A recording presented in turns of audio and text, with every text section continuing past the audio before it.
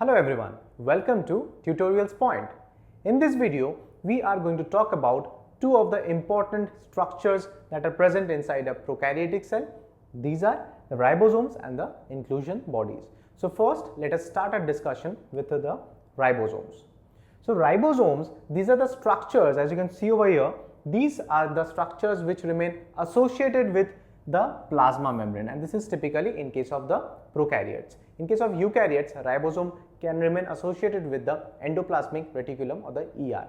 But in case of the prokaryotes, they remain associated with the plasma membrane. In case of prokaryotes, these ribosomes, they are typically of the 70S type. Now here 70S, what do we mean by S? S is a unit of measurement. This S actually stands for the Svedberg unit, which is nothing but a unit of measurement for the sedimentation coefficient of these ribosomes. Now this 70S ribosome of the prokaryotes, these are made up of two different subunits. One larger subunit, as you can see over here, and one smaller subunit.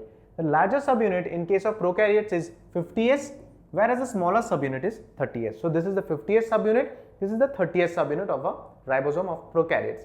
Now this 50S and 30S, that together make up the 70S ribosome of the prokaryotes.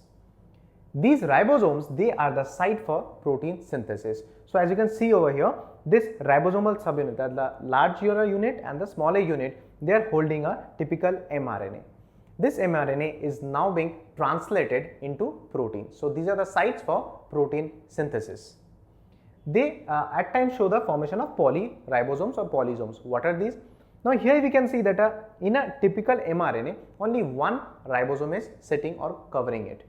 At times it can happen that in a single mRNA, a number of ribosomes can sit and start the process of protein synthesis or translation, and they form a chain-like structure. So these type of structures are known as the polyribosomes or polysomes.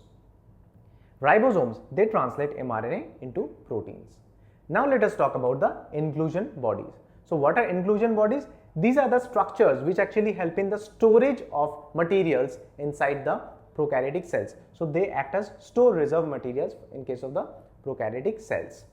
So these are again non-membrane bound structures, and they remain free in the cytoplasm of the cellular structure of the prokaryote. Some of the important inclusion bodies present inside the prokaryotic cells are the phosphate granules. So these are present as granular structures, small circular granular structures.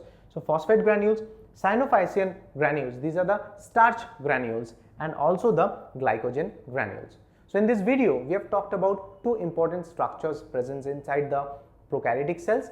The first one was the ribosomes, which help in protein synthesis, and the second is the inclusion bodies, which are nothing but storage structures which stores different granules. I hope you have understood and liked this video. Thank you.